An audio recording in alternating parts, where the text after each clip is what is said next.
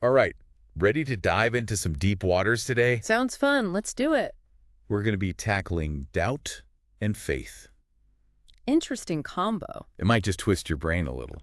Ooh, I like a good brain It twist. sounds like mixing oil and water, this whole doubt and faith thing, but Great. trust me, Okay, I'm trusting you. it gets really interesting. I'm intrigued. We're exploring the ideas of René Descartes. Ah, Descartes. You might know him as the... I think, therefore I am. Exactly. But did you know What? he was also a devout Christian? Interesting. And that he thought doubt could actually make your faith stronger. Now that is fascinating.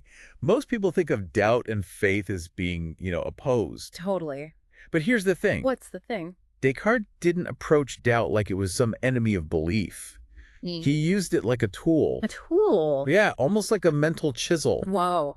to chip away at shaky assumptions. So you can see what's underneath. Precisely. To see what solid truths were left standing. Okay, so he wasn't just being a cynic, like... Doubt everything. Yeah. No. He had a method. So it was method to his madness. Exactly. He called it systematic doubt. Systematic doubt. And he took it seriously, like really seriously. How seriously are we talking? He questioned everything. Everything. Even things we usually take for granted. Like what? Our senses. Think about it. Okay, I'm thinking... Have you ever had a dream that felt so real you woke up confused? Oh, yeah, definitely. Or seen an optical illusion, like one of those pictures that tricks your eyes? Totally. That's the kind of doubt Descartes was talking about. But like bigger. But on a much grander scale, yes. He even questioned if the world outside of his own mind even existed. Okay, whoa, that's... Next level. Yeah, next level doubt. Right. So he's sitting there, maybe wondering if the chair he's sitting on is even real. That's the idea. So what was the point? Like, what was the point of all that head-spinning questioning? It was all about finding a bedrock of certainty, you know? Imagine you're building a house. You wouldn't just start slapping on walls and a roof without making sure the foundation was solid, right? You need a good foundation. Descartes' doubt was all about making sure his beliefs were built on something unshakable. So it's like clearing away all the clutter to make sure you're not building your house on, like, a sinkhole or something. That's a great way to put it. But how does all this doubting lead to faith? It seems like it would do the opposite. That's where Descartes gets really interesting. Okay, I'm listening. He believed that reason and faith weren't at war with each other. They actually worked together. Work together. Yeah, like two sides of the same coin. Interesting. He thought that faith went beyond what our brains could fully understand, Wait. but it didn't have to contradict logic and reason. So it's not about throwing logic out the window. Nope. It's more like saying there are some things that are bigger than our ability to fully grasp them with logic alone. That's a great way to put it. Like, I don't know, like how we accept that the universe is incredibly vast and ancient, even though we can't really wrap our minds around those kinds of distances and timescales. Exactly. Okay, that makes sense. Good. But if Descartes doubted practically everything, how did he get to a point where he could even believe in God? That's where his famous arguments for God's existence come in. The arguments. Yeah, he had two main ones. Okay, give them to me. The ontological argument and the causal argument. All right, let's hear about them. Let's start with the ontological argument. Hit me with it. Imagine trying to think of the most perfect being you can think. Okay, I'm imagining. Now, try to imagine that this perfect being doesn't exist. That's kind of hard. Right. It doesn't really work, does it? For Descartes, the very idea of a perfect being implies that it has to exist. Wait, so just the concept of God, like a perfect being, means he has to be real. That's the argument. It's like saying you can't imagine a perfect circle that doesn't exist, because the idea of a perfect circle means it has to be complete and therefore exist. You got it. That's wild. It's definitely a mind bender. Okay, so that's the ontological argument. What about the other one? The causal argument. This one's a bit more about tracing things back to their origins. Origins. Yeah. We have this idea of God, this all-powerful infinite being. Descartes argued that this idea had to come from somewhere. It couldn't have just appeared out of thin air. Exactly. It couldn't have just popped into our heads out of nowhere. Okay, I'm following. And since the idea of God is so huge and powerful, Yeah. it must have been caused by something equally huge and powerful. Like God himself. You got it. So even with all his doubt, Descartes found his way to believing in God through these two arguments. Yep. But did he think we should doubt absolutely everything? Well, that's where things get a bit more nuanced. Nuance time. Exactly. He drew a line between examining the foundations of faith and doubting the very core of what faith is. Okay, so there are limits to the doubt. He didn't think we needed to constantly scrutinize every single tenet of our beliefs. Some things, he thought, were beyond our human capacity to fully comprehend, like the concept of the Trinity. 3 distinct entities within one God. Yeah, it's a tough one to wrap your head around. Exactly. It's a mystery that we accept through faith. Not something we can necessarily prove through logic. Right. That makes sense. Yeah. There are just some things in life and in faith that we have to take a leap of faith on, right? Yeah, absolutely. Like, can you scientifically prove love? I don't think so. But that doesn't mean it's not real. Exactly. And Descartes thought that by clearing away some of the clutter of our assumptions and misconceptions through doubt, our faith could become even stronger. So it wouldn't be blind faith. It would be faith built on a more solid, more personal understanding. So it's like he's saying doubt can actually refine our faith, make it purer, more genuine. That's a great way to put it. I'm starting to see how this all fits together. Good, good. But how did this back and forth between doubt and certainty play out in Descartes' own life? Oh, that's a great question. Did he just walk around questioning everything all the time? Well, for Descartes, the whole process of doubt led him to 2 types of certainty. 2 types. Rational certainty, which comes from pure logic and reason, Okay. and spiritual certainty, which comes from a deeper, more personal connection with something bigger than yourself. Okay, so 2 sides of the same coin again. Exactly. The head and the heart, maybe. That's a good way to think about it. For Descartes, both types of certainty were essential for a complete human experience. This is already making me think about my own beliefs in a whole new way. But wait, before we go any further, I have a question. Shoot. If doubt is so important for strengthening faith, wouldn't that mean someone who is always questioning their faith is like a super good believer? I see where you're going with this. Isn't there a danger of taking doubt too far? That's a great question, and it's one we're going to explore further as we continue our deep dive into Descartes' philosophy. I can't wait. Stay tuned. Welcome back. I don't know about you, but My brain is still buzzing. yeah, from that last segment, Descartes, man. he really knew how to... Make you think. Right. He wasn't just... Some philosopher stuck in an ivory tower. Yeah, like he was wrestling with Big question. the kind of questions that... People still grapple with today. Exactly. And let's not forget, he was living in Turbulent times. seriously turbulent times. 17th century Europe. Imagine that. Religious wars. Revolution. Scientific discoveries turning the old view of the world upside down. Oh, yeah. Talk about... Information overload. It's like everything's shifting beneath their feet. Yeah, no wonder Descartes wanted Something to certain. hold on to. Exactly. He wasn't just thinking about these things like in a vacuum. You know, the historical context, it really adds A layer factor. to his work. Yeah, the Protestant Reformation. Right, challenging the authority. Of the Catholic Church. And then you've got scientists But like... Galileo. That contradicted long-held beliefs about the cosmos. So Descartes was trying to find solid ground. In a world where everything seemed to be in flux. That makes his emphasis on I even don't- more fascinating. Yeah, absolutely. His method of systematic doubt wasn't just some, like, intellectual exercise, you know. It was a radical response to the uncertainties of his time. Okay, I'm getting a clearer picture now. But let's Yeah. not forget, we were talking about The dangers of doubt. where do we draw the line between healthy skepticism and like getting so caught up in questioning that, You lose sight of faith altogether? right? That's the million-dollar question. Yeah, One that many philosophers and theologians have wrestled with. over the centuries. For Descartes, though, the key was, Balance. yes, between reason and faith. Okay. He didn't believe that doubt had to destroy belief. Yeah, okay. In fact, he saw it as a way to... And strengthen faith. So it's like doubt acts as a filter, Ooh, I like that. removing impurities and leaving behind. A more refined, more resilient faith. That's a great analogy. Think of it like a blacksmith forging a sword. Okay. The intense heat of the fire, Doesn't destroy the metal. it tempers it, makes it stronger. Okay.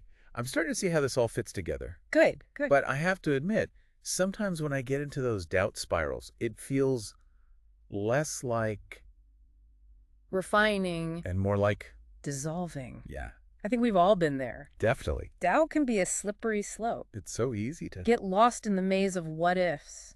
Oh, tell me about it.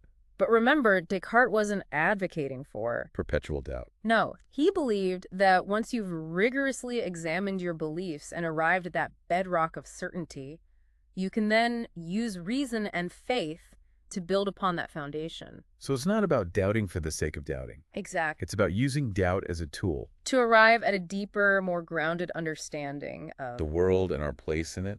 Beautifully said. But hold on a second. Didn't Descartes say that certain things like the Trinity should be accepted on faith, not through reason? You're right, he did. How does that square with his emphasis on doubt? That's another great question.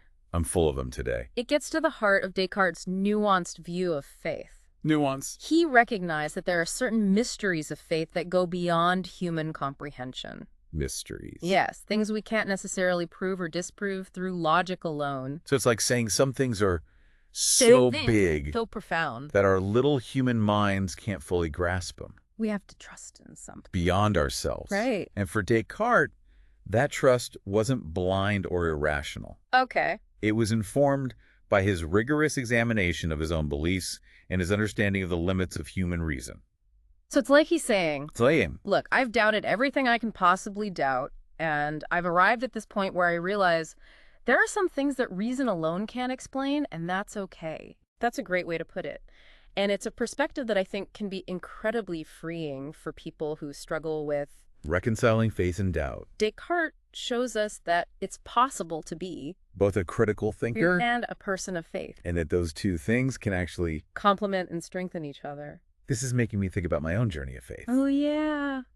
There have been times when I've really struggled with doubts, and it's felt like my faith was being shaken to its core.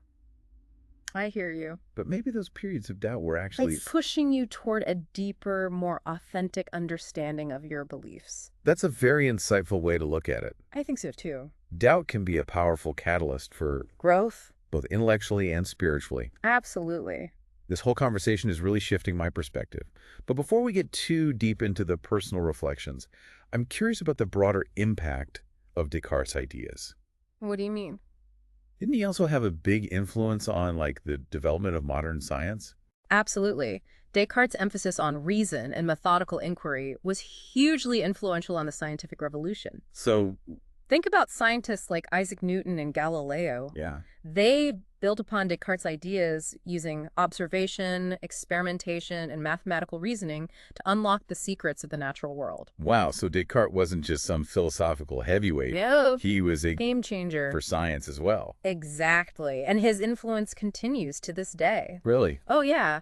His ideas about doubt and certainty, reason and faith, they still resonate with us, perhaps even more so in our current age of information overload and competing narratives. Oh, that's so true.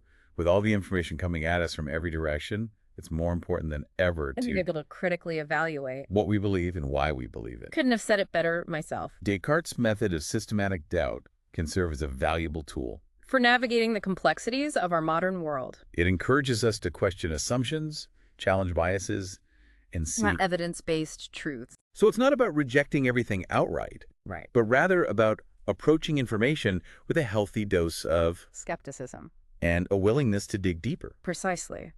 And this critical thinking approach can apply not only to secular knowledge, but also to our... Religious beliefs. Descartes' philosophy reminds us that faith doesn't have to be blind or unquestioning.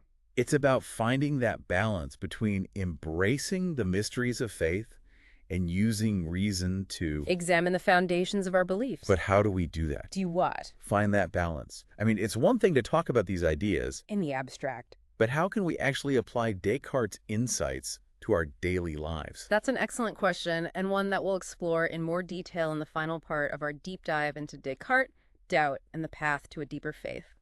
Stay tuned. Welcome back, everyone. I don't know about you, but I feel like we've been on this mental roller coaster. It's been a journey. Yeah. Through doubt and certainty, and now, We're getting to the good part, what's the good part? the practical stuff. Yeah, like how can we actually apply Descartes' insights to our own lives? That's the million-dollar question, right? It's all been very thought-provoking, but what's the takeaway? Like for me, for you, for anyone listening. Well, one of the most powerful things Descartes offers, I think, is permission to be a healthy skeptic. Like, he wasn't afraid to question everything. And that kind of critical thinking is, More than ever. especially in this age of information overload, right? We're bombarded with. So many messages, opinions, facts, Yeah, it can be tough to know. what to believe. Exactly. Yeah. And that's where it Descartes' method of systematic doubt, comes in handy. it encourages us to not just passively accept everything we see and hear, Right, right. but to really examine our beliefs, ask tough questions, and look for evidence. So it's not about becoming like a cynic or doubting everything just to be contrary. Oh, no, it's about being discerning, thoughtful. Okay, so skepticism is key, It's a good starting point. but Descartes also believed in the power of... Reason. How does that fit in? Well, reason was like the other side of the coin for Descartes. Okay. Doubt was a way to clear away the mental clutter.